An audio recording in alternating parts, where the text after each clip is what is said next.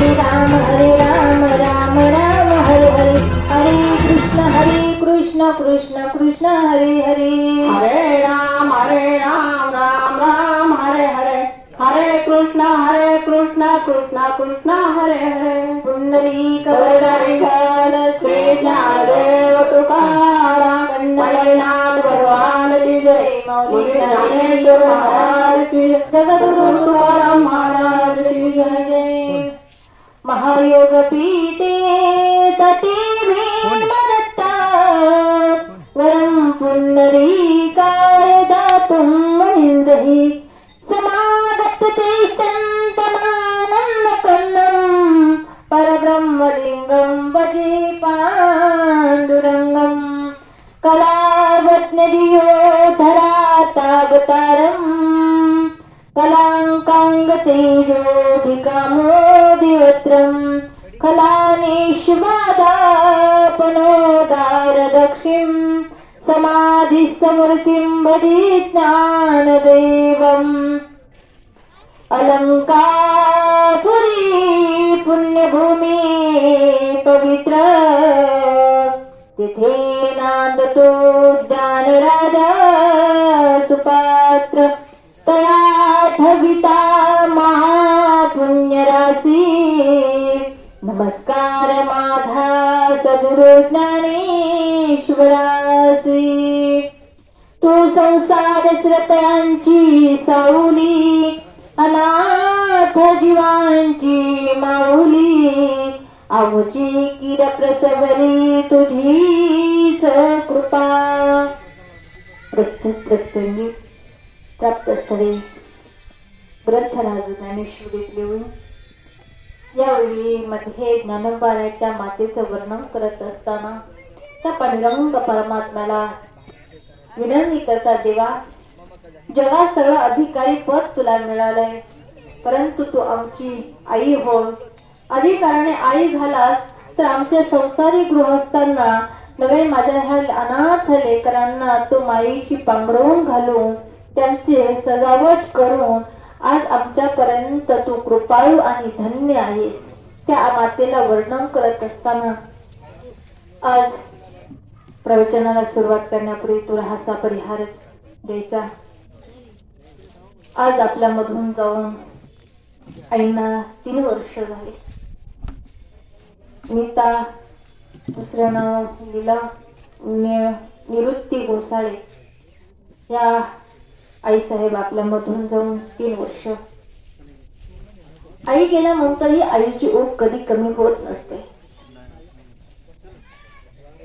त्या दिवशी कार्यक्रम झाला आणि कार्यक्रम झाल्यानंतर दादांना कार्यक्रम आवडला, परंतु आई माझ्यामध्ये काय प्रेम आहे, आई असणं किती गरजेचं आहे आम्हाला. दादा त्या दिवशी घरी आले, अक्षरशः त्यांच्या डोळ्यातून असं झालं की आईबद्दल काय सांगावं. माझी आई कशी होती, कारण की लेकरांवर प्रेम करतात, पण माझ्या आईनं सर्वांना सामावून घेतलं आणि नवे नवे आमचे आतापर्यंत आमच्या बाबांना ही साथ देत देत घराचा कारभार त्या विशालदारांनी सांगितलं. आई आज 3 वर्ष झाली ताई म्हणे, तरी आईची अजून आठवण एवढी येते की अजून येणार असं वाटतं. आईच्या प्रेमात अजून असं वाटतं की आई गेली नाही, अजून आईचं प्रेम माझ्या जवळ आहे. कारण की आई महत्वाची किती असते महाराज. आज तुम्ही किती मोठे झालात, परंतु घरामध्ये जर आई नसेल ना महाराज, ते मायेचं कमतरता नक्कीच भासत असते. आणि आईच्या मागे आमचे बाबा निवृत्ती चंद्र गोसाळे, आईचे पती, आज या मंदिराचे पुजारी पूजा करत असताना परमेश्वराकडे नक्कीच ते प्रार्थना करत असतील.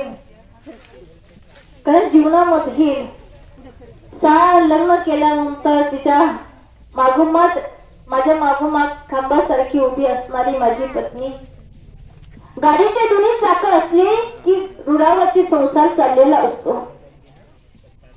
परंतु या गाडीचं एक चाक घसरलं ह्या मागे बाबांनाही दुःख झालं.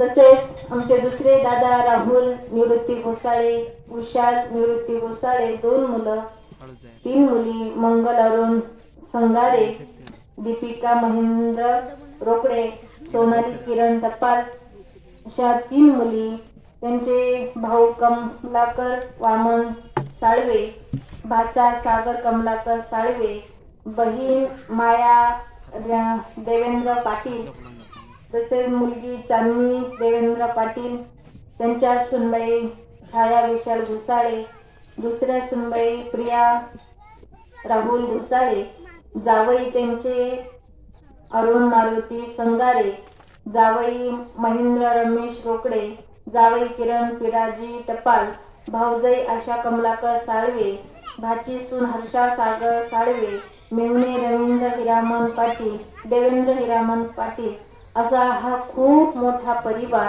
आणि ह्या मोठ्या परिवारातून आई गेल्याचं दुःख नक्कीच ह्या परिवाराला असेल. तसेच कार्यक्रमाला उपस्थित आमचे खतोडे महाराजही या ठिकाणी आले, त्यांचेही आभार मानते. दुःख अंतःकरण सगळ्यांचं मन भरून येत आहे.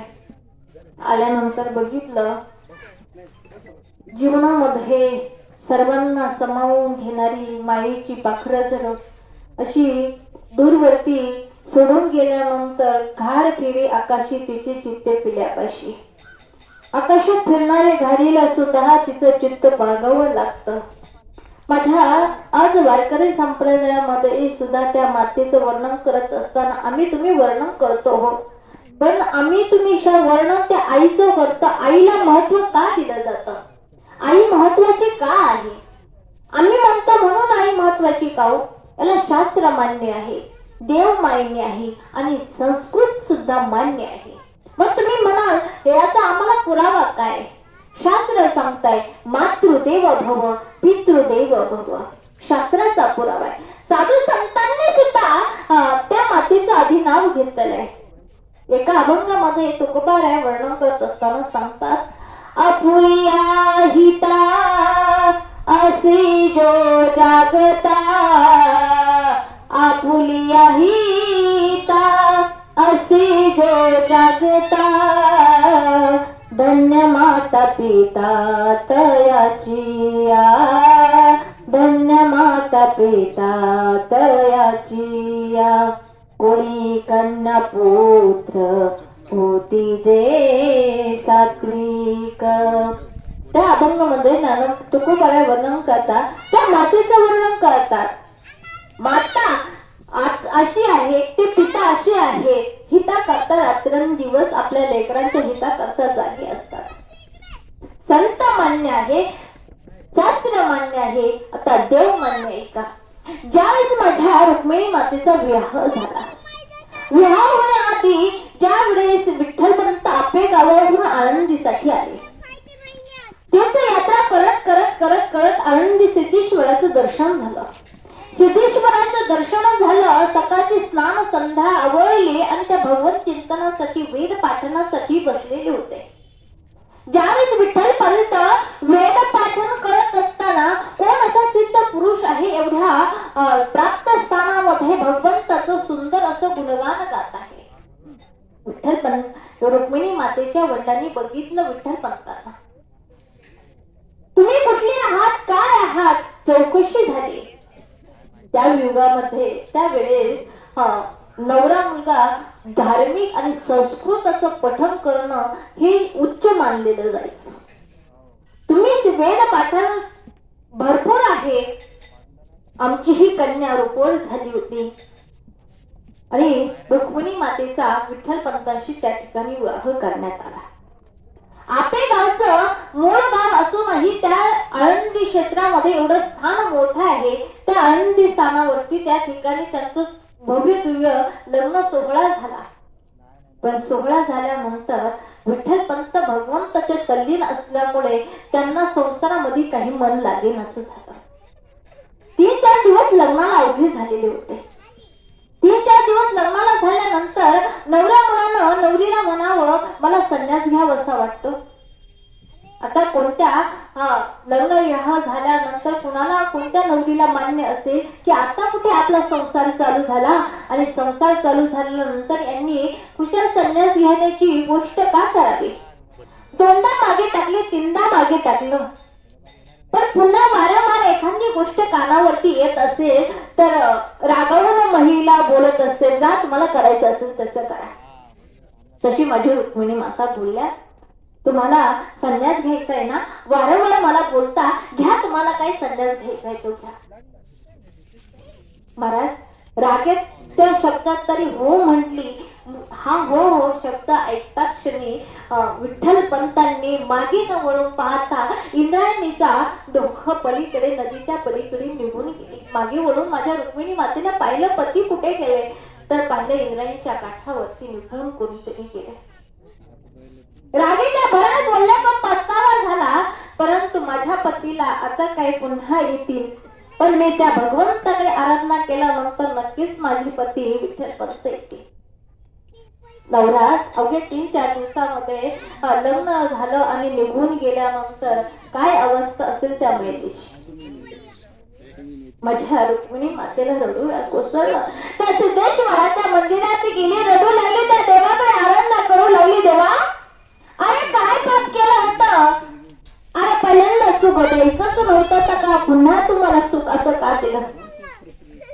रुक्मिणी मातेनं माझ्या सिद्धेश्वराचं दर्शन घ्यावं आणि त्या पिंपळाच्या वृक्षाला प्रदक्षिणा करावं. महाराज प्रदक्षिणा 1.25 लाख प्रदक्षिणा करायच्या माझ्या रुक्मिणी. इकडे विठ्ठल पंत पैठण मध्ये आमच्या अंधासुनीच्या आश्रमात चैतन्य नावाने राहू लागले. राहत असताना चैतन्य नावाने कोणीतरी आपला गृहस्थ राहतोय, पण महाराजांना तीर्थयात्रेसाठी निघाले. काशी यात्रेसाठी जाणारे महात्मे आनंदी गावात आले. सकाळची स्नान संध्या साधू महात्म्याची झाली आणि त्या क्षणी तिथे त्या माझ्या रुक्मिणी माता प्रदक्षिणा घालत असताना त्यांनी पाहिलं कुणी साधू महात्मा आत आनंदी गावामध्ये आलेले. आपण त्याचं दर्शन घ्यावं म्हणून रुक्मिणी माता गेल्या. कारण साधू महात्मा संत महात्मे दिसल्यानंतर संतांच्या पायाला लागल्यावर कुठेतरी पुण्य मिळतं असं कुठं कानावरती ऐकलेलं होतं. पाया प्रत्यक्षाने साधू महात्म्याने आशीर्वाद दिला, सौभाग्यवती भव, पुत्रवती भव.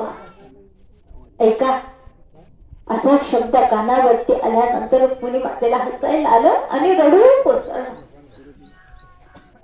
तुम्ही असा आशीर्वाद देता, पुत्रवती भव, सौभाग्यवती भाऊ आशीर्वाद देता, पण ज्याची 12 वर्ष संसारही बंद झालेला आहे आणि जिथे संसारच चालत नाही तिथे पुत्राची अपेक्षा कुठून करायची? आहे माझे सत्यवादाचे तप वाचा केली बहुत कल्प. अगं मी जे बोलतो ते खरंच होणार आहे. रुक्मिणी मातेने सांगितलं, तुम्ही आशीर्वाद दिलाय तो ह्या जन्माची की पुढच्या जन्माचा म्हणावा. या जन्माचा आशीर्वाद दिला असेल तर माझ्या पती लग्नासाठी निघून गेले, लग्न झालं निघून गेले, पुन्हा परतीला आले नाही, कुठेही माहित नाही मला. मग हा संसार कसा चालायचा? तर साधू महात्म्याचं वचन होतं महाराज. साधू म्हणजे का असे तसे ते होते का? सिद्ध पुरुष होते. सांगितलं तुझ्या पतीची काय खूण आहे सांग मला. माझ्या पतीचे नाव विठ्ठल पंत आहे आणि डाव्या खांद्यावरती तुळशी पत्राचं चिन्ह आहे. डाव्या खांद्यावरती तुळशी पत्राचे चिन्ह. आपल्या आश्रमामध्ये सुद्धा एक चैतन्य नावाचा आत्ताच कुठेतरी साधक आलेला आहे, त्याच्या सुद्धा खांद्यावरती डाव्या खांद्यावरती तुळशी पत्राचं चिन्ह आहे. साधू महात्मा काशी यात्रेला न जाता पुन्हा आनंदीहून पैठणकडे निवारा झाले. आश्रम मध्ये गेले. आश्रम मध्ये गेल्यानंतर पुन्हा चैतन्य स्वामींना बोलावण्यात आलं. मला माहिती आहे तुझं नाव चैतन्य नसून तू विठ्ठल पंत आहे. होय महाराज, परंतु संसारामध्ये काही मन लागेन असं झालं होतं. संसारामध्ये मन लागेना म्हणून संन्यास घ्यावासा वाटला आणि संन्यास घेण्यासाठी निघून आलो. अरे कोणत्या ग्रंथात, कोणत्या शास्त्रात, कोणत्या पुराव्यामध्ये सांगितलं की संसार करून संन्यास घेतल्यानंतर देव प्राप्ती होते? अरे संसार करूनही तुम्हाला देवाची भक्ती करता येते. अरे संसारामध्ये जे श्रेष्ठ आहे ते कुठेच नाही. फक्त संसार करत असावा, संसारी असावे, असोनी नसावे. संसार करत असताना अरे देवाने भक्ती श्रेष्ठ मानली गेली संसारातली.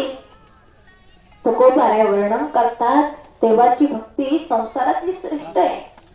हीची थोर भक्ती आवडती देवा, हीची थोर भक्ती आवडती देवा. संकल्पा विमाया संसाराची ठेविले अनंत तैसेची राहे, ठेविले अनंत तैसेची राहे. अरे संसारामध्ये माणसाने प्रत्येकाला सुख दुःख संसारात नक्कीच असतात. संसाराचा पाया कधी खाली वर खाली होणं साहजिक आहे. कारण संसार म्हटला की तिथे दुःख आहेच. ज्यावेळेस माझ्या सुंदर स्वामींनी चैतन्य स्वामींना सांगावं, अरे संसार म्हणजे कोणत्या तापलेल्या भाजण्यासाठी, एखादी भाकर भाजण्यासाठी हाताला चटकी बसायची.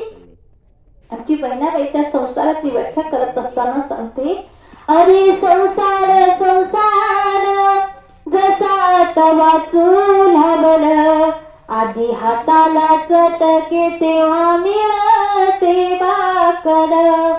अरे संसार संसार सुख दुःखाचा विचार, जिथे सुखाला होकार दुःखाला नकार. अरे संसार संसार जसं कबशीच कप, बशी बशी आरामशीर कप फिरे गर गर. महाराज संसार असाच आहे. अरे संसार करताना भक्ती केली तर ती श्रेष्ठ नक्कीच आहे. आणि पुढेही बहुत करणे आहे. तुला संसार पुन्हा करावा लागेल. गुरूंचा आशीर्वाद मिळाला. गुरूंनी कुठेतरी सांगितलंय संसार करायचा आहे, त्यातून भक्ती होते. पुन्हा विठ्ठल पंत संसार गृहस्थामध्ये आले. पुन्हा संसार चांगला सुरू झाला. पण महाराज या जगाने मात्र कोणीतरी संसार संन्यास घेतला आणि संन्यास घेऊन पुन्हा संसार चालू करते. कुठल्या शास्त्रात नाही, कोणत्या ग्रंथात नाही. लोकांनी वाळी टाकलं. हो वाळीत टाकलं माझ्या रुक्मिणी मातेला आणि विठ्ठल पंतांना. आणि वाळीत टाकल्यानंतर मात्र महाराज संसार म्हणजे कसा चाललेला होता. एखाद्या वाळवटीच्या प्रमाणे एखादं वारा येऊन छान वार आलं, तुफान वारा सुटल्यानंतर झोपडीचा जसा वरचा कवर निघून जावा. नव्हे महाराज एखाद्या वाघाने डरकाळी दिली तर तिच्या कुशीत कुठेतरी तडकून बसावं, पण अशी पूस तिथे मिळत नव्हती रुक्मिणी मातेला. परंतु संसार करत असताना हाताला चटके बसत असतात. हे दोघांना जाणीव होती. परंतु लोकांनी वाळीत टाकलं आणि वाळीत टाकल्यानंतर महाराज आळंदी गावात सिद्धेश्वरा सिद्धे बेटामध्ये प्रवास सुरू झाला संसाराचा. 2-3 वर्षाच्या अंतरावरती पुत्र संतती झाली. महाराज पहिले निवृत्तीनाथ आली, ज्ञानदेव झाले, सोपान झाली, मुक्ताबाई झाल्या. 3 मुलं 1 मुलगी. आणि संसाराच्या मात्र महाराज त्या मुलांकडेही तारा तुट व्हायला लागली. गावामध्ये कोणी गेला भिक्षा मागण्यासाठी गेला तर भिक्षा मागण्यासाठी गेल्यानंतर कोणी झोळीमध्ये कोणी चिखल टाकायचं, कोणी संन्यासाची काटा म्हणून विनवलं जायचं, कोणी त्यांना शिव्या द्यायचं. नवे महाराज कोणी जर त्यांच्याकडे पाहिलं तर म्हणायचे, अरे ह्या वाळी त्यांच्याकडे पाहिल्यानंतरही अपशकुन होतो. यांच्यामुळे यांच्या जमिनी सुद्धा बाटल्या जातात. नवे महाराज अरे कोणी तोंड पाहिलं अपशकुन म्हणायचं तर महाराज कोणी त्यांच्या झोळीतलं पीठ काढून खाली माती मळ करून द्यायचं. कोणी भिक्षा दिली तर त्याला बोलायचे, अरे तुम्ही संन्यासाच्या कार्टाला खुशाल भिक्षा देता. कोणी काय बोलायचं, कोण काय बोलायचं. परंतु महाराज त्या क्षणामध्ये त्यांनी यायचं, आई आणि बाबाला सांगायचं, ज्ञानदेवाला सांगायचं, माझ्या परंतु कुणी ऐकण्याचं झालं. एक वेळचा प्रसंग, त्या माझ्या गंगेमध्ये स्नान केल्यानंतर कुणीतरी पाप धुवून जातं असं म्हटलं जातं. म्हणून त्या इंद्रायणीच्या डोळ्यामध्ये माझं ज्ञान देवा सकाळच्या वेळेस आंघोळ करत होते. आंघोळ करत असताना त्या क्षणामध्ये वसुबा काकांनी बघितलं आणि बघितल्यानंतर बघा रे संन्यासाचं काट क्षमता इंद्रायणीच्या मध्ये डोळ्यामध्ये आंघोळ करत आहे. तिथे 5-6 मुलं खेळत होती आणि त्या 5-6 मुलांना सांगितलं, अरे पुरंदर बघता काय, हे संन्यासाचं काट भुजन त्या इंद्रायणीच्या डोळ्यामध्ये आंघोळ करता. अख्खी इंद्रायणी वाटवली. अरे संन्यासाच्या कार्ट खुशाले इंद्रायणीचं पाणी अपचकून घाण केलं आणि अमंगळ केलं. बघता काय, मारायला ज्ञानाला. लहान लहान मुलांना पाप आणि पुण्य काय समजतात. एखादा मोठ्या माणसाच्या अधिकाऱ्याने जर गोष्ट सांगितली ती त्या मुलांना करावीशी वाटते. त्या मुलांनी मागे पुढे न पाहता अवघ्या 6-7 वर्षाच्या माझ्या ज्ञानदेवाला त्या इंद्रायणीचं ओढून काढलं. कोणी चिखलाने मारत होत तर महाराज, कुणी दगडाने हात ठेचत होत, कोणी त्याला बुक्क्याने मारत होत, कोणी तोंडावर मारत होत, काही पाठीवरती बसले, काही पायावरती बसले, कुणी तोंडात मारायचं, कोण चिखल घ्यायचं तोंडाला चोळायचं. रक्तबंब झालं माझा ज्ञाना. अहो काका, अहो सांगा ना या मुलांना की आम्ही पुन्हा या इंद्रायणीमध्ये आंघोळ करण्यासाठी येणार नाही. अहो काका, अहो सांगा ना. अहो माझ्या आई बाबांनी काय गुन्हा केला, त्यांनाही वालीत टाकलं. अहो मी पुन्हा या इंद्रायणीच्या डोळ्यामध्ये आंघोळ करण्यासाठी येणार नाही. मी माझ्या आईकडे गेल्यानंतर सांगेल माझ्या आईला सांगेल, आई मी पुन्हा या गावाचं तोंड सुद्धा बघणार नाही. आई अर्धावरण करत होत माझ्या ज्ञाना. कारण लहानपणी फक्त आई सोडून कोणती गोष्ट माहित नव्हती. मी माझ्या आईपर्यंत तरी मला जाऊ द्या. आईने सांगितलं भिक्षा आणण्यासाठी, तर मी पुन्हाही येणार नाही. पण मला मात्र मारू नका, खूप लागतंय काका, हे मला मारतात, तुम्ही यांना सांगा ना. म्हणून रडत होते माझ्या हाताला. कसे बसे त्या मुलांच्या तावडीतून सुटले आणि सुटल्यानंतर मात्र त्या सिद्धेश्वराकडे पाऊल टाकत रडत गेले. आणि रडत गेल्यानंतर मात्र महाराज माझ्या रुक्मिणी मातेनं पाहिलं. मात्र ज्या वेळेस माझ्या रुक्मिणी मातेनं ज्ञानाची अशी अवस्था पाहिली आणि अवस्था पाहिल्यानंतर मात्र माझ्या ज्ञानाला असं पाहिल्यानंतर घाई पळत आली. 3 साड्यांची एक साडी कधी डोक्यावरती फाटलेला पदर. संसारातली अवस्था तर तिची मनातली साठवलेलीच होती. जगाने वालीत टाकलं म्हणून तेही मनात होत. पण ह्या समाजाने माझ्या मुलाचीही अशी अवस्था केली. कसं पाहणार एखाद्या आईला. आईचं मन किती कालावलं जातं ज्या वेळेस लेकरांना त्रास होत असतो. आईचं काळीच होत मनात. हळूच आली त्यानं तोंड त्या पदरानं पुसलं आणि डोळे पुसून ते रक्त येत होत. हाताच्या रक्ताला आधी फाटकं लुगडं बांधलं. नाना, अरे काय झालं, कुठे पडलास का? अरे तू पडला असेल तर तसं बोल, पण रडू नको, तू बोल काही. आई मी पुन्हा या गावामध्ये जाणार नाही ग. आई मला पुन्हा भिक्षा आणण्यासाठी लावू नको. आई त्यावेळेस काका एवढे मोठे अजूनही ते आपल्याला का त्रास देतात ग? काय समाजाने आपल्याला वालीत का टाकावं? आपण काय असा गुन्हा केला तेव्हा समाजाने आपल्याशी असं वागावं? आई मी पुन्हा या गावामध्ये जाणार नाही. त्या इंद्रायणीच्या डोळ्यामध्ये आंघोळ करणार नाहीये. मी पुन्हा या इंद्रायणीच्या डोळ्यामध्ये गेल्यानंतर त्या पाचीचं नाव सुद्धा घेणार नाही. महाराज, आईचं हृदय इतकं कालवलं खबळून माझ्या रुक्मिणी मातेला रडू आलं. हळूच त्या डोळे पुसून देण्याला आतमध्ये घेतला. तसे त्या घरामध्ये कुट्यामध्ये गेली. विठ्ठलपंत देवाच्या कोपऱ्यामध्ये बसलेले होते. गेले आणि त्या कोपऱ्यामध्ये जाऊन सांगितलं, अहो आपल्या पप्पाची शिक्षा असेल काय असेल ते आपल्याला घ्या, पण माझ्या मुलांचे असे हाल होतात ते माझ्या पावात बघवत नाही. आणि अशी एक गोष्ट आहे ती लेकरांसाठी जागी असते महाराज.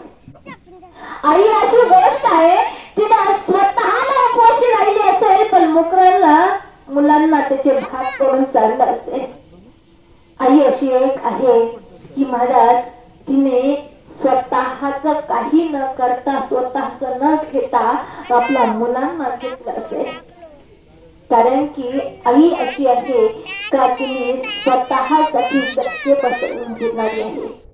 पण माझ्या मुलांचं हित होत असेल तर तिने कधी सुखाची चिंता केली नाही. महाराज स्वतःची चिंता कधीच करत नाही. सुख आपल्याला मिळावं अशी कधीच ती करत नाही. कारण की आई म्हणजे महाराज ऐकणार ती भजनात गुणगुणावी अशी टाळी असते. आई म्हणजे अंगणातली पवित्र तुळस आणि आई म्हणजे उन्हातून आल्यानंतर पहिल्यांदा थंडगार पाणी प्यावं वाळवंटातलं असं थंडगार पाणी म्हणजे आमची आई. आई लेकरांसाठी काही करते महाराज. एका कवीने त्या आईला उपहास सागराची दिली. आई सागरासारखी अथांग आहे पण तो सागरही तितका खायलाच असतो. परंतु आमची आई किती वर्ष जगल्यानंतरही तिच्या कधी प्रेमात कधीच बाजूला प्रेम पडलं नाही. लेकींना तितकंच प्रेम देते आणि लेकांनाही तितकंच प्रेम देते. कारण की महाराज आईचं मातृत्व कुठपर्यंत असतं. जिथपर्यंत आई घरामध्ये आहे तेथपर्यंत आईचं मातृत्व असतं. आई महाराज जेथपर्यंत घरात आहे तेथपर्यंत पाहुण्या रावळ्यांची रांग लागलेली असते. आई त्या घरामध्ये आहे महाराज त्या घरामध्ये दोन प्रकारचे कुटुंब एकत्र जपून ठेवते. एक माहेर आणि एक सासर. एकदा का आई त्या घरातून गेली ना महाराज माहेरचे माणसं आपोआप यायचे कमी होतात. का त्या घरातली त्यांची बहीण नसते मावशी नसते आत्या नसते काकू नसते. जी माझी पाहणारी बहीण असते भाऊ होतो पाहतो मला जे राखी बांधणारे आहेत ती मला या घरामध्ये दिसत नाही. आई सागरापेक्षाही अथांग बनते. आईला गुलाबाची उत्पन्न द्यावी पण त्या गुलाबाचा सुगंध देणारा असतो. गुलाब सुगंधी आहे पण तो गुलाब सुगंधी असतानाही पण महाराज त्या गुलाबाला काटे आहेत. तशी आमची आई महाराज असतानाही तितकी सुगंधी होती आणि गेल्यानंतरही तिचा हा सुगंध जवळ मायेचा तिला उभारा एवढा दिला. त्या मायेचा सुगंध महाराज गेल्यानंतरही तिचा दरवळत आज आठवणीनं येतो. आज तिची प्रत्येक गोष्ट आठवते का कारण की ती असेपर्यंतही तशी होती गेल्यानंतरही तिची आठवणीने भर मात्र होत नाही. आई सूर्याची उपमा दिली त्या कवीने. सूर्यासारखी आई तेजस्वी आहे पण महाराज सूर्य या डोंगरावरती उगवेल पुन्हा त्या डोंगरावरती त्याची वेळ झाल्यानंतर मावळून जाईल. सूर्योदय होईल आणि सूर्योदय झाल्यानंतर सूर्य तापला तर आपल्याला वाटतं सावलीत जावं. पण महाराज त्या सूर्य तापून पुन्हा सूर्यास्त झाला त्याची वेळ संपली की तो निघून जातो पुन्हा दुसऱ्या दिवशी येतो पुन्हा उगवतो. पण महाराज आमची आई त्या सूर्यासारखी प्रभावी आहे. पण आमची आई आज कितीही वर्ष झाली तरी आमच्या लेकरांवर तापलेली नसते. आई म्हणजे ती कधी कुणावरती झाली नाही अशी माया ती बापास येत असते. कधी तापली नाही. सूर्याची उपमा त्या ठिकाणी कमी पडते महाराज अशी आई असते. आई जगात सर्वश्रेष्ठ मानली गेली साधू संतांनी मानली गेली. कारण तिला चटके बसले पाय फोडला तरी ती कुणाला सांगत नाही महाराज. घरामध्ये कोणती गोष्ट घडली तरी ती बाहेर साध्या मोठ्यावरती ही कळून देत नाही. पाहुणे रावळे आले तर घरातली साखर संपली म्हणून तिने कधी बोभाटा करून बाहेर माठवलं नाही महाराज. कारण की आई सर्व गोष्टी जपत असते. तशी माझी रुक्मिणी माता होती महाराज. परंतु पोटात त्या गोष्टी होतापर्यंत येण्याच्या आधी बापाला सांगितलं विठ्ठल पंतांना अहो ऐकलं का माझ्या ज्ञानाला हा मुलांना हा त्रास होतोय हा मला काय बघवत नाही. जा तुम्ही त्या सिद्धेश्वराच्या त्या सिद्ध ब्रह्मरुंदा पुढे उभे राहा त्यांना विनवणी करा हात जोडा मग काहीतरी त्यांना मागावं. कारण माझ्या मुलांचे असे हाल होतात ते मला बघवत नाहीये. काय म्हणतात ते पहा. ज्या वेळेस ब्रह्मवृंदा पुढे विठ्ठल पंत तर्कन झोपडीतून उठले, आळंदी गावामध्ये गेले. ब्रह्मवृंदांची सभा बसलेली होती. ब्रह्मवृंदा पुढे हात जोडवले, विनवणी करू लागले. प्रत्येकाला हात जोडत होते, प्रत्येकाशी बोलत होते. सिद्ध ब्रह्मवृंद त्यावेळेस ब्रह्मवृंद समोर आले आणि म्हणले, तुम्हाला जर न्याय असा हवा असेल तर तुम्हाला पैठण गावाकडे जावं लागेल. पैठणचं न्यायालय त्यावेळेस सर्वश्रेष्ठ असायचं. विठ्ठल पंत मागे पुढे न पाहता त्या ठिकाणावरून जसे निघाले त्या पैठण पर्यंत अनवणी पायाने गेले. अनवणी पायाने त्या पैठण पर्यंत गेले आणि पैठण पर्यंत ब्रह्मवृंदांची सकाळी सभा बसली. सकाळी अनवणी पाय होते, पोटामध्ये भाकरीचा कण नव्हता, पाणी प्यायले नव्हते, पण पोरांचं हित होत असेल तर बाप नेहमी जागा असतो महाराज. कारण आमची आई जितकी श्रेष्ठ तितका आमचा बापही श्रेष्ठ मानला जातो महाराज. आई घरातलं चातुर्य असतं तर बाप उद्योगो नास्ती हा पुरुषाशास्त्र सांगताय. बापाही तितका श्रेष्ठ असतो, बापाही तितका तळमळ करतो, पण आमची आई मात्र जवळची वाटते आणि बाप लांबचा वाटतो. कारण की आई जवळ घेते आणि संगोपन करत असते, तसा बाप मात्र महाराज त्याला रडताही येत नाही आणि कुणाला सांगताही येत नाही. बाप अशी गोष्ट आहे त्याने रडावं तर कुणा समोर रडता येत नाही, पण दुःख मनातही कुणालाही सांगता येत नाही. बापाचं बनेल फाटलं असेल तर बाप त्याच्यावरती शर्ट चांगला घालतो, पण ते फाटकं बनेल जगाला दाखवत नाही. का? कारण की हे जर मी उद्या जर नवीन घेतलं तर माझ्या लेकीला काहीतरी घ्यायचंय, माझ्या लेकाला उद्या कॉलेजला जायचंय, त्याला काहीतरी घ्यायची, कोणती तरी वस्तू घ्यायची, त्याला बुट घ्यायची, माझ्या मुलीला ड्रेस घ्यायचा आहे, माझी नातवंड आली तर नातवंडांसाठी एक एक एक एक रुपये वर्षभराचा साचवत असतो तो बाप असतो. आणि अख्ख्या वर्षाची शिदोरी आणणारा, घरात आणणारा बाप आमच्या लक्षात राहत नाही हो. कारण की मोठ्या मोठ्या संकटांसाठी बाप लागतो आणि लहान लहान संकटांसाठी आई लागते. तेच लागली तर म्हणतो आई ग, आणि भर रस्त्यावर भर धाव घेणारा ट्रक जर डोळ्यासमोर धक्कन पडलेला दिसला तो बाप रे. कारण की मोठ्या मोठ्या संकटांसाठी बाप लागतो आणि लहान लहान संकटांसाठी बाप हा नेहमी स्वाभिमानाने जगत असतो. बाप मनातलं दुःख कधी कुणाला सांगत नाही.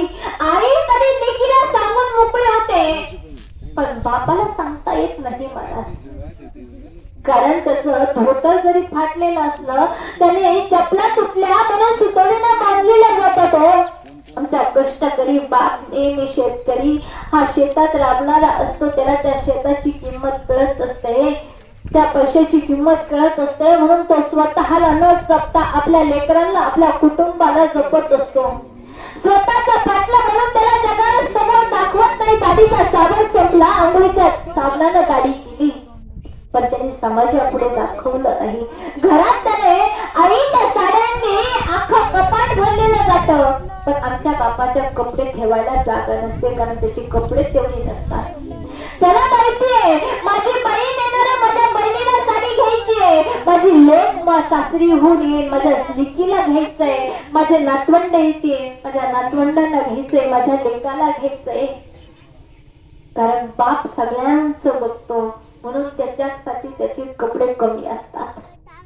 तो कधी सुखाची स्वतःची चिंता करत नाही, पण सगळ्यांची चिंता करत असताना बाप हा एवढा असतो, त्याला लेक सासरी लेकीच्या लग्नासाठी एवढं धावाधोमानं करायचं असतं.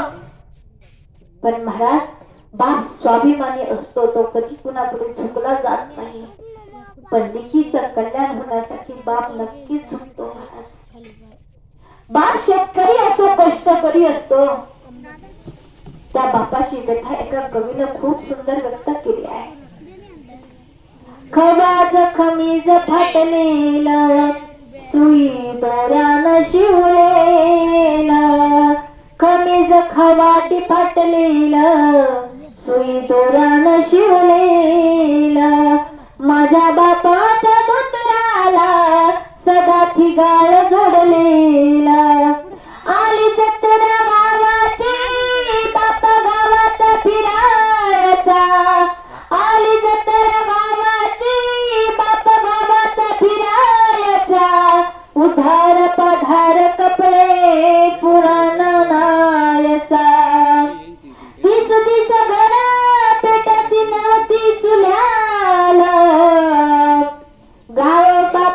गंभीरी जायाचा उधार पाधार बाजार आणायचा.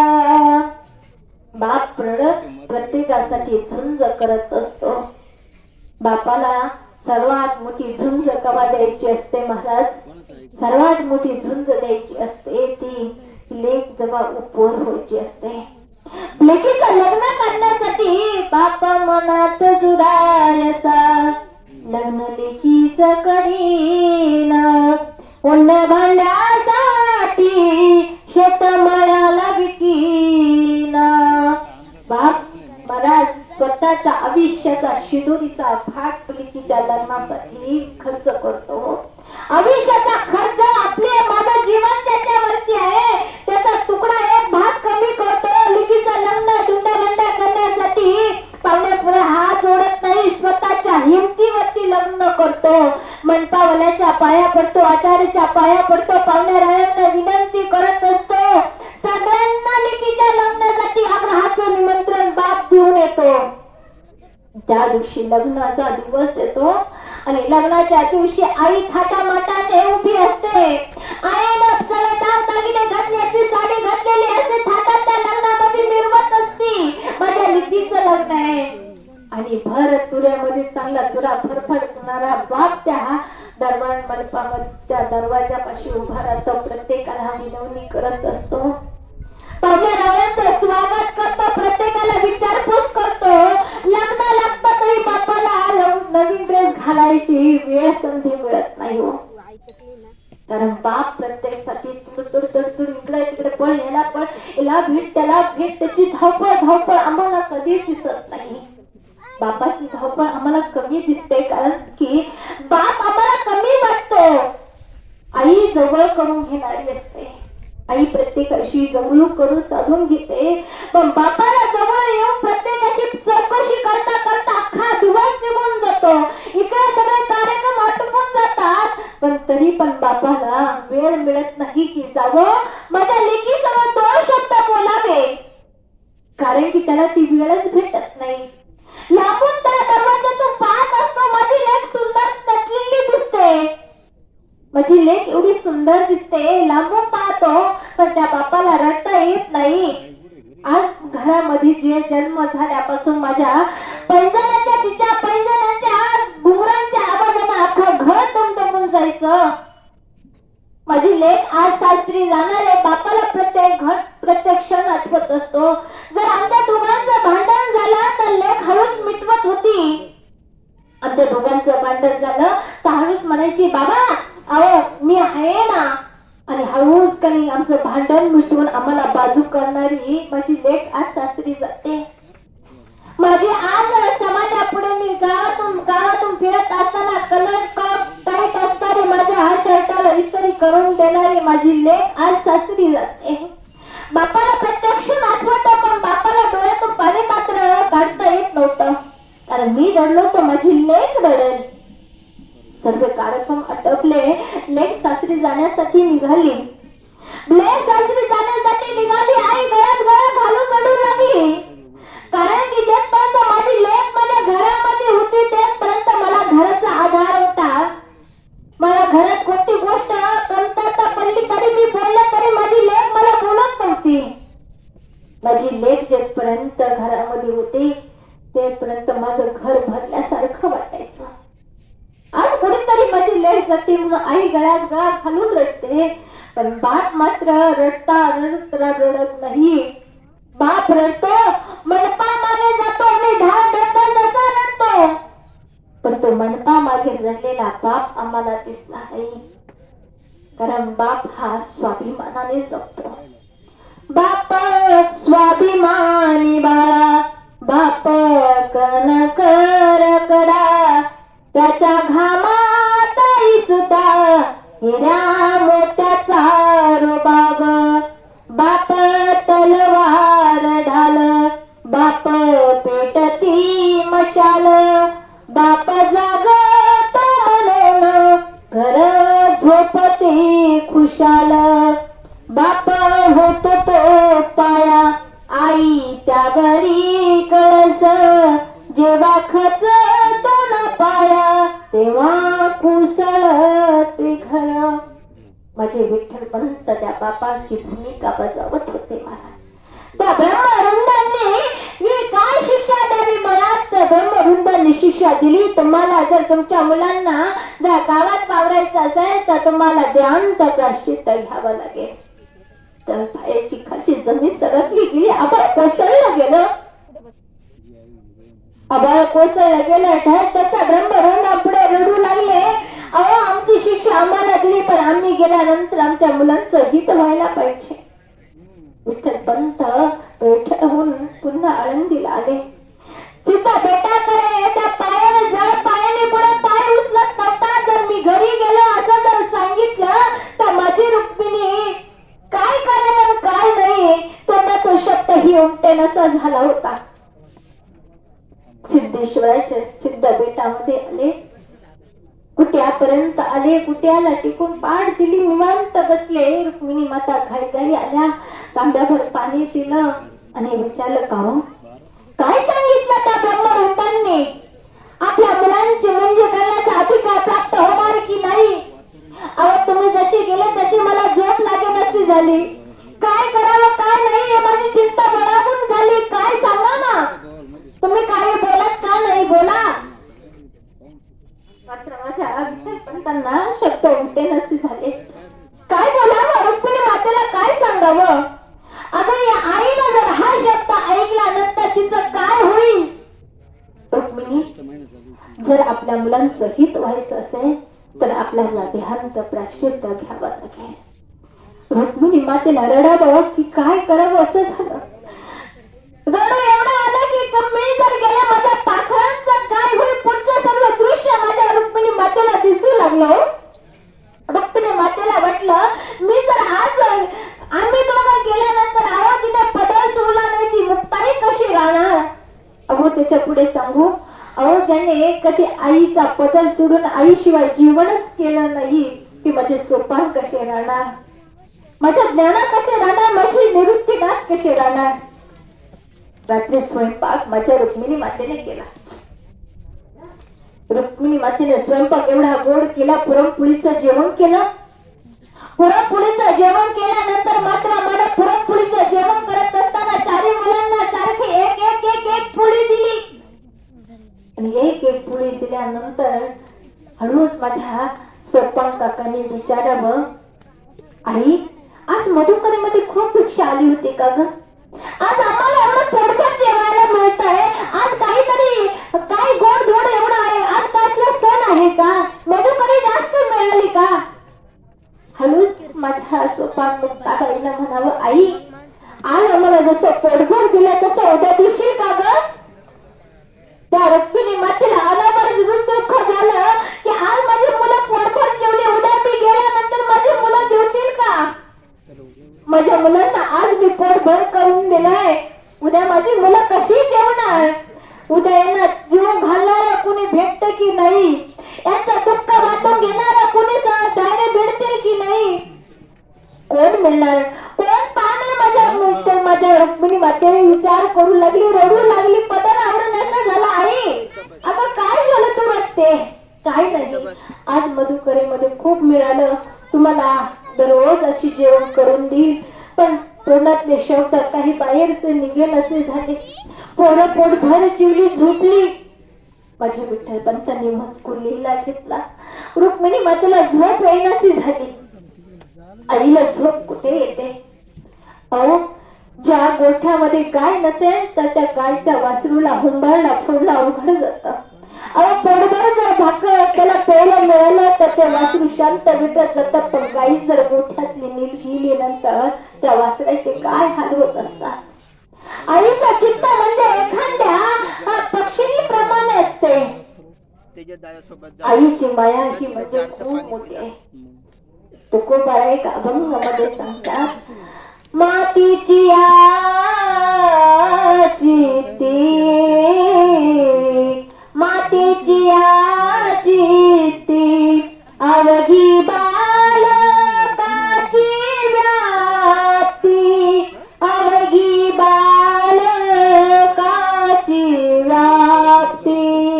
तुकोबा म्हणतात त्या आईच्या हृदयात चित्तात फक्त आपल्या बालकाचं हित कसे होईल एवढंच माहित असतं.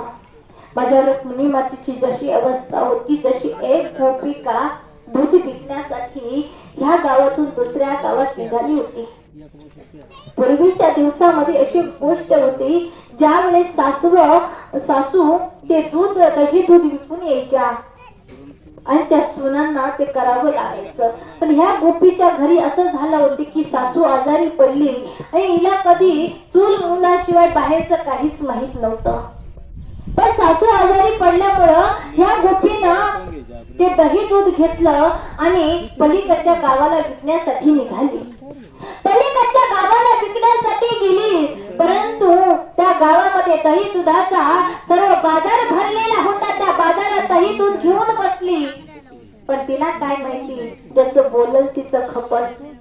त्या गोपीला काहीच माहित नव्हतं. सासू आजपर्यंत विकायला यायची, परंतु मला आज काय ते द्यायचं, केवढ्याला द्यायचं, कसं बोलायचं त्या गोपीला माहित नव्हतं. आणि तिचं दिवसभर ते दही दूध संपणार नाही. रात्रीची वेळ संपत आली, सगळे परतीला जाऊ लागले, माघारी फिरले लोक, पण हिचं दही दूध काय संपला नाही.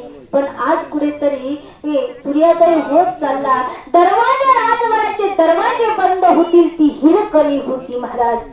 त्या हिरकणीला कळलं सकाळपासून माझ्या पाळण्यामध्ये माझं लेकरून टाकलेलं आहे आणि आतापर्यंत ते उठलं असेल, ते रडत असेल, आता दरवाजे बंद होतील, मला जायला हवं. तिने ते दही दूध तसंच घेतलं आणि ती त्या राजवाड्याच्या दरवाजापर्यंत पोहोचल्यानंतर मात्र महाराज दरवाजे वेळेवर बंद झाले.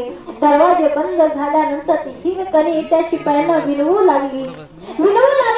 अहो माझा बाळ घरी झोपलेला आहे, माझं दही दूध काही संपलं नाही म्हणून मला उशीर झाला, पण दही दूध विकलं नाही म्हणून मला उशीर झाला, तुम्ही दार उघडा, मला माझ्या गावाकडे जाऊ द्या, माझं लेकरू झोपलेलं आहे, घरी कुणीच नाहीये.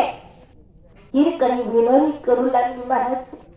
परंतु शिपायांनी सांगितलं, जर तुम्हाला वेळेवर आले असते तर दरवाजा उघडला असता. आमच्या राजाचा हुकूम आहे, जर वेळेवर बंद करायचा, आमचं काम आम्ही केलं. आता तुम्हाला उद्या सकाळी दरवाजे उघडतील तेव्हा तुम्हाला जाता येत, अन्यथा जाता येणार नाही. ऐका, पण ज्या वेळेस आईच्या चित्तामध्ये तुकोबाराय सांगतात, बालकाचं हित एवढं असतं, माझं मूल घरी आहे, ते ताना आहे, ते झुळीत आहे, तिथं कोणीच नाहीये, अशी अवस्था त्या मातेची झाली असेल, त्या ठिकाणी ती सकाळची वाट पाहिल का? नाही. पण त्यावेळेस हिरकणीनं दुसरा रस्ता असा काढला, त्या रस्त्यावरून जर एखादा कोसळला तर खाली मृत्यू असेल, अशा त्या कड्यानं उतरत राहिली. पुढे पाय सरकला तर कोपऱ्याला लागायचं, अख्ख्या रक्त भंबार करा उतरस्तवरती हिरकणी झालेली होती. पहाटे ती गावापर्यंत त्या कड्यावरून उतरून ती आपल्या लेकरापर्यंत रक्तात बंबार होऊन गेली. अशी ती हिरकणी नावाची मला सांगायचं आहे. आई अशी आहे की स्वतःच किती दुखलं, स्वतःला किती कमतरता आली तरी ती सहन करते, कारण की तिचा दुसरा जन्म म्हणजे तिला जेव्हा पुत्र संतती प्राप्त होत असते. अशी आई माझी रुक्मिणी माता होती महाराज. तिने स्वतःचा त्याग केला तरी चालेल, पण माझ्या मुलांचं हित होत असेल, शुद्धीपत्र मिळत असेल तर माझ्या मुलांच्या हिताकरता आपण जायला काय हरकत आहे. मुलं झोपलेली होती, हळूच जायची, माझ्या ज्ञानाच्या डोक्यात हात फिरवायची, हळूच जायची, माझ्या सोपानाची मोठ्या मुके घ्यायची. 7 वर्षाची माझी चिमुकली मुक्ता होती महाराज. माझ्या मुक्ता करायची आवाज माझ्या रुक्मिणी मातेनं पाहिलं, कारण की लेक अशी गोष्ट आईसाठी असते महाराज. लेकापेक्षाही लेकीला जास्त प्रेम करणार म्हणजे कोण असेल ती आई असते, कारण त्या आईला माहित असतं माझी लेक सासरी गेलेली आहे आणि ती पुन्हा माहेरी आली तर तिला काय पाहिजे हे फक्त लेकीला माहित असतं. आणि महाराज ज्या वेळेस आई आजारी पडली, आई जर एखादी आई आजारी पडली, लेकीला निरोप कळला. पूर्वीच्या त्यावेळेस गाडी नव्हती, काय नव्हतं. आई आजारी पडलीये, लिकीला निरोप कळाला आणि लिकीला निरोप कळल्यानंतर लेक घाई घाई घाई घाई त्या अनवाणी पायाने त्या गावीच्या विषेपर्यंत आली.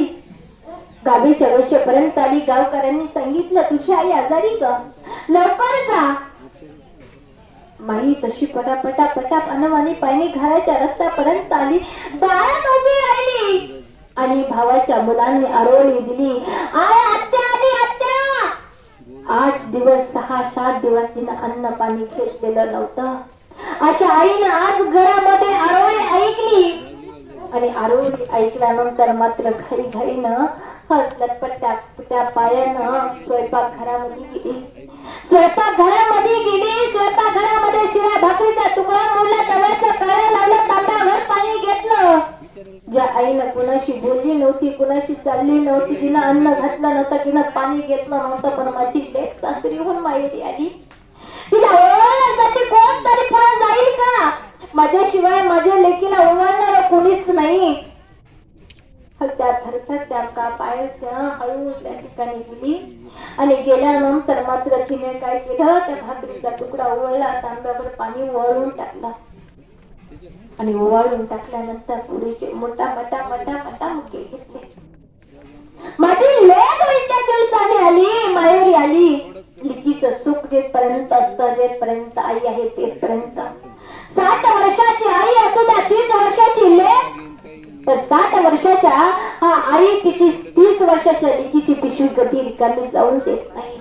आणि माहेर कुठपर्यंत आहे. जर सासरीहून लेक आली, माहेरी 9 वाजेपर्यंत झोपली आणि झोपल्यानंतर त्या लेकीला तर दादा उठवायला गेला तर आई म्हणते, ए दादा, अरे उठू नको, माझी लेक संसारी थकलेली राहते, तिला उठू नको, 12 वाजेपर्यंत का होईना झोपू दे म्हणणारी ती आई असते महाराज. आज पुढे तरी पिलांना पाखरांना सोडून ती जाणारी असते.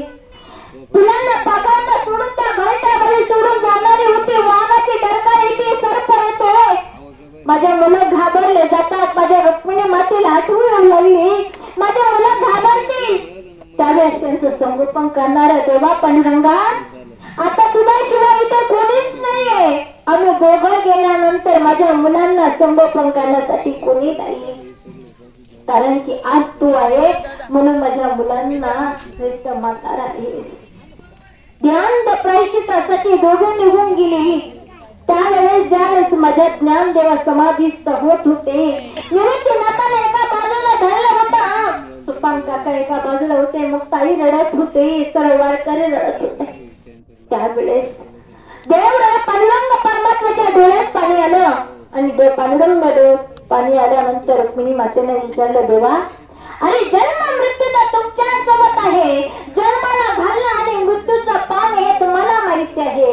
आणि मनुष्याचा जन्म मृत्यू मध्ये जो प्रवास कर्तव्य कर्माचा केला, तो प्रवास जर चांगला झाला असेल तर त्याचं जीवन सफल झालं म्हणलं जातं. यासाठी केला अट्टहास शेवटचा दिवस गोड व्हावा. मग तुम्ही एवढं सांगता तेव्हा मग तुमच्या सत्तेने हे सगळं चालतंय. वृक्षाची पाने हाली ज्याची सत्ता राहिली अंत मग कोठे. म्या बोलविला विदू बोले, म्या बोलविला विदू बोले, म्या चालविला सूर्य चाले, म्या हालविला प्राणवाले जो जगात चालविता. हे सर्व तुझ्या सृष्टीचा पालन करता आहात. मग ज्ञानदेव म्हणे माझा आत्मा, हे सर्व माहीत असूनही तुम्ही का रडता? त्यावेळेस माझ्या पांडुरंग परमात्म्याने रुक्मिणी मातेला सांगितलं, रुक्मिणी, मी ज्याच्याकरता रडतो ना तो म्हणजे माझा ज्ञानदेव तू माझ्यापर्यंत पोहोचणार आहे, पण मी ज्यासाठी रडतोय ते म्हणजे माझ्या रुक्मिणी मातेसाठी. धन्य धन्य जाची कुशी ज्ञानदेव जन्मले, ज्ञानदेव जन्मले. हो, ज्याची कुश इतकी पवित्र असेल तिच्या कुशीमध्ये जन्माला येणारी पुत्र संतती सुद्धा तितकी धन्य असते महाराज. आज जर त्या मातेचं जर कुठेतरी हा सोहळा होत असेल तर ती पुत्र संत शुद्ध बीजापोटी फळे रसाळ गोमती, अशा मातेच्या पोटी जन्माला येणारी संतती नक्कीच धन्य असेल. कारण की मातेने किती 100 वेळा जन्म घेतले तरी आईचा उपकार विसरू शकत नाही महाराज. पण कुठेतरी कर्तव्याची भूमिका बजावून ठेवण्यासाठी हा मुलांनी केलेला हा सोहळा आजचा दिवस हा इतका पवित्र त्यांच्या जीवाला मुक्ती मिळण्यासाठी जातो. आपण म्हणतो 10वा झाला, 13वा झाला, 14वा झाला, आपल्या मधून निघून गेले. गरुड पुराण उद्गा त्याच्यामध्ये असं दिलेलं आहे, ज्यावेळी दशक्रिया विधी होते आणि दशक्रिया विधी झाल्यानंतर आपण 13वा घालतो, 14वा घालतो, तो जीव आपल्या मधून जातो, परंतु तो देवापर्यंतही पोहोचत नाही नाही पोहोचत. ज्यावेळेस आपण महिने घालायला सुरुवात करतो आणि महिने घालत असताना प्रत्येक महिन्याला त्या जीवाला एक वेळेचं अन्न, एक वेळेचं पाणी मिळतं. ऐका, ते जीव तो लगेच असा वर जात नाही. आपण म्हणतो ना, आपल्या मधून गेला मग ते आपल्याला दिसत नाही, तो आपल्या मध्येच भ्रमण करत असतो. वर्षभर तो आपल्या मध्ये असतो. ज्या वेळेस आपण 11.5 महिने घालतो त्यावेळेस त्यांना एक वेळेचं अन्न आणि एक वेळेचं पाणी मिळतं. आणि आजच्या दिवशी 11.5 महिने झाल्यानंतर पुण्य आपण वर्ष श्राद्ध म्हणतो त्याला, त्यावेळेस हा दशक्रियेचा विधी आज पुन्हा करावा लागतो. आज केल्यानंतर शिरोमृत नदी, त्या नदीमध्ये हे पितर अटकलेले असतात.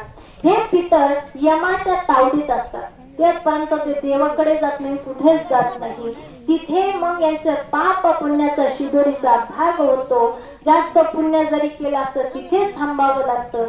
आज मुलाच्या हातातून उलट्या यानं पाणी द्यावं लागतं. आपण म्हणतो उलट का पाणी देतो, कारण तो जीव असा सरळ नाही राहत. तो जीव, ते पितर उलटे राहतात आणि त्या उलट्या पितरांना आपण कसं पाणी पाजतो, असं पाणी पाजल्यानंतर त्यांच्या मुखात जातं. मग ब्राह्मण म्हणतो तुम्ही उलट्या अंगठ्यानं पाणी पाजा, कारण की ते उलटे झालेले असतात, ते आपल्याकडे मागत असतात. आज आपण जेवढं त्यांना दान करू त्याची बलवत्ता पुण्याई त्यांना तेवढी मिळत जाते. त्याची पुण्याई कमी असेल तर पुण्याई हीच वाढत जाते. मग ही पुण्याई वाढल्यानंतर आज त्याचा जीव मुक्त होऊन तो देवापर्यंत पोहोचतो. जर तुम्हाला याच्यावरती विश्वास नसेल बसत तर तुम्ही भागवतातलं एक पुराण विचारा. त्यावेळेस पांडवांच्या पंडूराजाचं निधन झालं आणि पंडूराजाचं निधन झाल्यानंतर पंडूराजाची पुण्याई होती, म्हणून पंडूराजा यमाच्या सिंहासनाला लागून सिंहासन पंडूराजाचं होतं. पण डोळ्यासमोर ते मारीती तुडीती झुडीती निष्ठुर यमाचे किंकर बहुस आलं नाही. त्या यमाची करुणा कुठी काढेल बाहेर प्राणा. त्या यमाला करुणा त्या ठिकाणी नसते. तो यम जे करत होता ते पंडूराजाला काही पाहावं नसं झालं. मग नारद मुनींना संदेश दिला, मृत्यू लोकांमध्ये माझ्या मुलांकडे जा, काय करायचं असेल ते करा, पण मला ह्या ठिकाणाहून दुसऱ्या ठिकाणापर्यंत पोहोचण्याचा मार्ग मला मोकळा करा, मला ह्या ठिकाणी राहवत नाही. मग त्या ठिकाणी नारद मुनी मृत्यू लोकांमध्ये पांडवांच्या घरी आले. त्यावेळेस द्वारकेचे राणे पांडव भगवान श्रीकृष्ण त्या ठिकाणी होते. त्या ठिकाणी भगवान श्रीकृष्णाने सांगितलं त्या युगामध्ये यज्ञ करण्याची परंपरा होती. कृतयुग ध्यायत विष्णू द्वापारे परिचर्याना कलो तदहरी कीर्तना. हा कृत द्वापार त्रेतायुगामध्ये ध्यान पूजा कर्म करण्याचं ते त्यावेळेस केलं जायचं. पण कलियुगामध्ये करावे कीर्तन, कलियुगामध्ये ते साध्य करता येत नाही, म्हणून त्यांच्या नावाने केलेलं पूजा पाठ आज भगवंताचं नामस्मरण.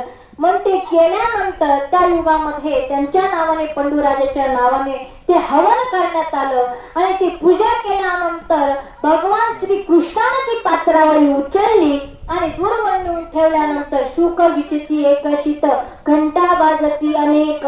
शुक म्हणजे काढून ते शीत उचललं आणि स्वर्गामध्ये घंटा वाजायला लागल्यानंतर पंडूराजाचं यम लोकातून स्वर्ग लोकामध्ये जाण्याचा जो मार्ग होता तो मोकळा फक्त मुलांच्या हाताने केलेल्या कर्मामुळे.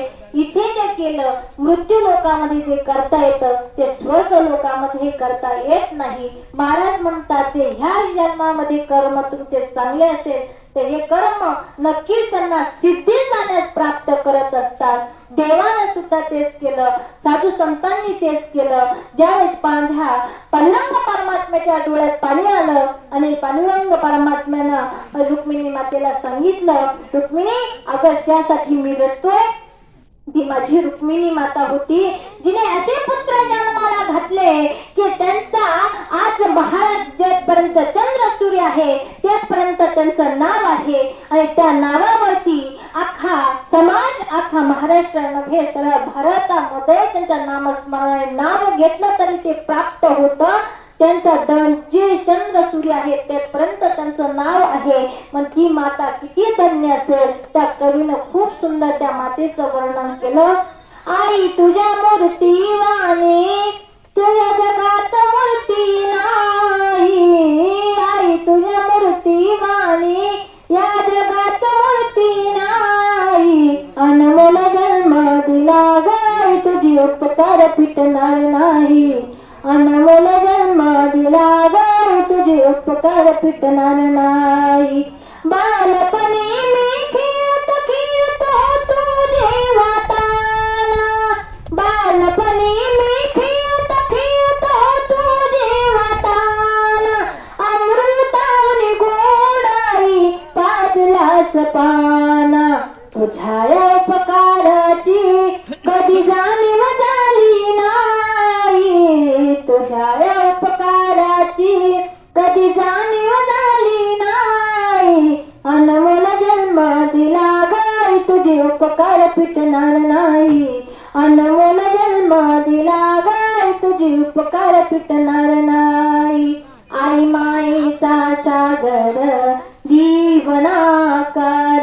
आई माझी मायेचा सागर दिला तिने जीवनाकार.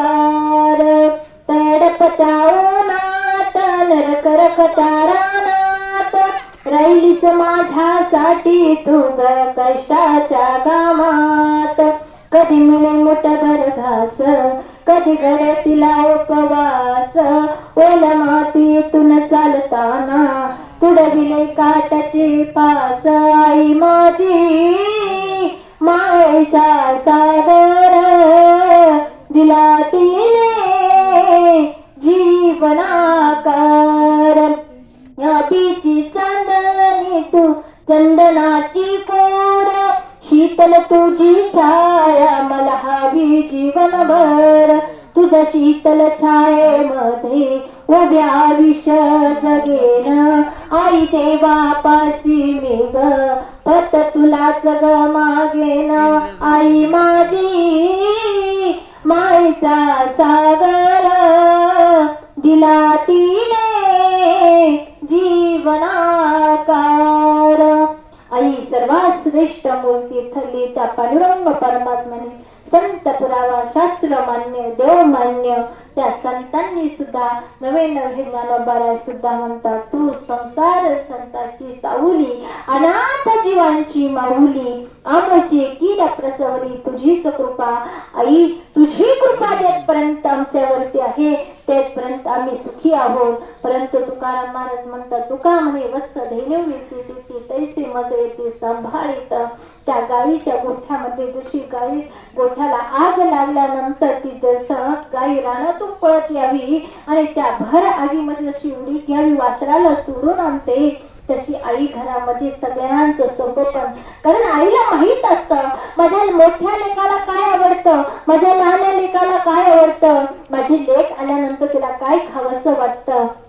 कोणता पाहुणा मंडळी जर आले असतील तर तिला माहिती आहे ह्या पाहुण्याला हा कोरा चहा लागतो याला माहिती हिला दुधाचा लागतोय. म्हणजे प्रत्येक गोष्ट घरातली आई जपत असते. कुणाला काय पाहिजे माझ्या भाऊजाईंना काय पाहिजे माझ्या यांना काय पाहिजे माझ्या नातवंडांना काय पाहिजे प्रत्येक गोष्ट ती जपून ठेवत असते. कारण की का प्रत्येक तिला माहिती हे आल्यानंतर त्यांना हे लागतं हे आल्यानंतर. माझी मुलगी आली तर माझ्या मुलीला सांगितलं तर आई मला पुढच्या वेळेस हे लागतंय. घरामध्ये ती गोष्ट आणून ठेवते.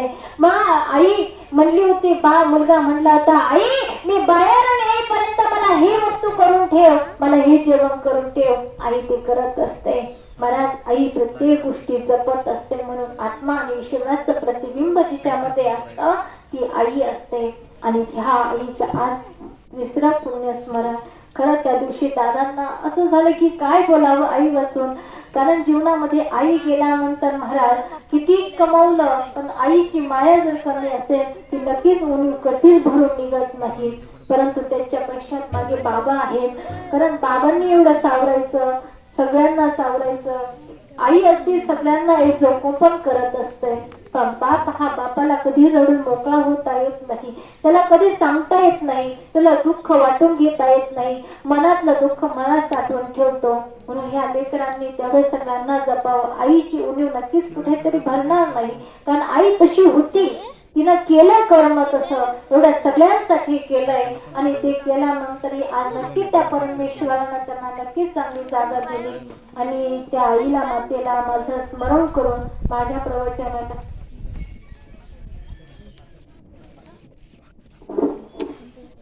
जीवनामध्ये आई सर्वात श्रेष्ठ मानली गेली. जीव आई म्हणतो, आपण म्हणतो आई का महत्वाची आहे, जीवनात आई का महत्वाची आहे. महाराज ज्या वेळेस जन्म होतो आणि जन्म बाळाला जन्म द्यायच्या वेळेस आपण असं म्हणतो आई ही जन्म देते. अरे पण ती जन्म देत असताना जिने वाहिले नवमास जे, जिने चिंतिले नित्य कल्याण माझे, जिला पावणी बोदलीला नमस्कार माझा जन्मदा माऊलीला. 9 महिने 9 दिवस ती आपल्या उदरामध्ये ठेवत असते. आईने उष्ण पदार्थ खाल्ला तर बाळाला चटका बसेल म्हणून ती खात नाही. तिला माहिती माझ्या मुलाला हे आवडत नाही. जर बाळ जन्माला आल्यानंतर बाळाला एखाद्या गोष्टीची अलर्जी असेल तर डॉक्टर सांगतो तुम्ही ही वस्तू खाऊ नका. ते लहान मुलं असतं, त्याला काही खाल्ल्यानंतर त्रास होईल. आई ती स्वतःची प्रिय असणारी वस्तूही खात नाही. का? कारण की माझ्या मुलाला त्रास होईल म्हणून. आई 6-7 दिवस तो पदार्थ खात नाही, 6-6 महिने खात नाही, का माझ्या मुलांना त्रास होईल म्हणून. आई प्रत्येक गोष्ट मुलांना जपण्यासाठी करते.